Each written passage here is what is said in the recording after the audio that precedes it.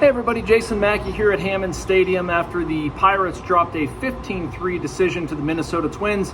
It was their most lopsided loss of the spring. We're not going to get into the minutia too much. The Twins scored 15 runs in a 2-inning span. What are you going to do? Spring training, right? They don't count, but they do. I want to talk about a few takeaways from this one. I'm going to start with Jared Jones, who was actually very good. Went 4 1/3 innings, gave up 3 hits, 1 run. It was earned 2 walks and 4 strikeouts. My biggest takeaway with Jones is his pitch mix. Last year, he was a 4-seam slider guy, was able to land his curveball for strikes a couple of times today, and the changeup that he's been working on all spring looks very good.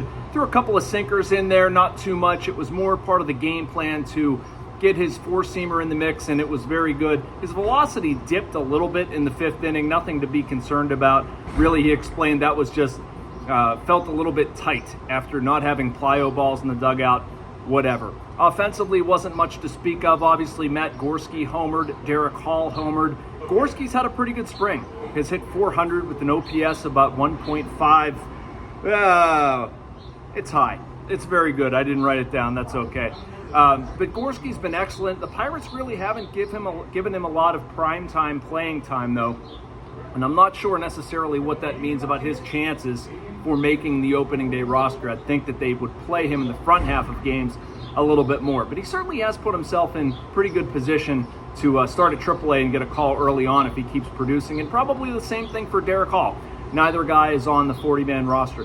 Kind of a funky, we'll call it workflow today. This is a long drive. It's like 2 hours to get to Fort Myers. A lot of times you see a very young team, a lot of guys that are going to be at AAA to start. Instead, a lot of veterans here. Andrew McCutchen, Tommy Pham, Brian Reynolds, Adam Frazier, David Bednar, Tim Meza. They all made the trip. Derek Shelton, I asked him about this before the game, and he said basically their schedule right now, they go night, day a few times. They had an off day yesterday, and the Pirates are just trying to get everybody a little bit of work. So they did that. It was, it was okay. Didn't have a lot going at the plate until the 9th inning. David Bednar was one maybe small cause for concern. He's actually been pitching pretty well recently. Had 3 consecutive scoreless outings, but struggled in his 1/3 of an inning. Gave up 5 earned runs. Misplaced a couple of fastballs. I think David Bednar would probably prefer to have back. I don't know if it's worth freaking out over, but was not the best version of himself.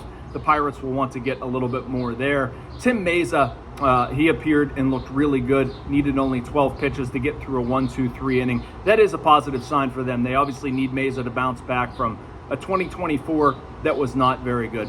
That does it for me. Thank you for putting up with the substitute teacher. Noah Hiles will be back with much more tomorrow. In the meantime, make sure you like and subscribe to our Pirates YouTube channel. You can get all of this and so much more there. Thanks for watching, everybody.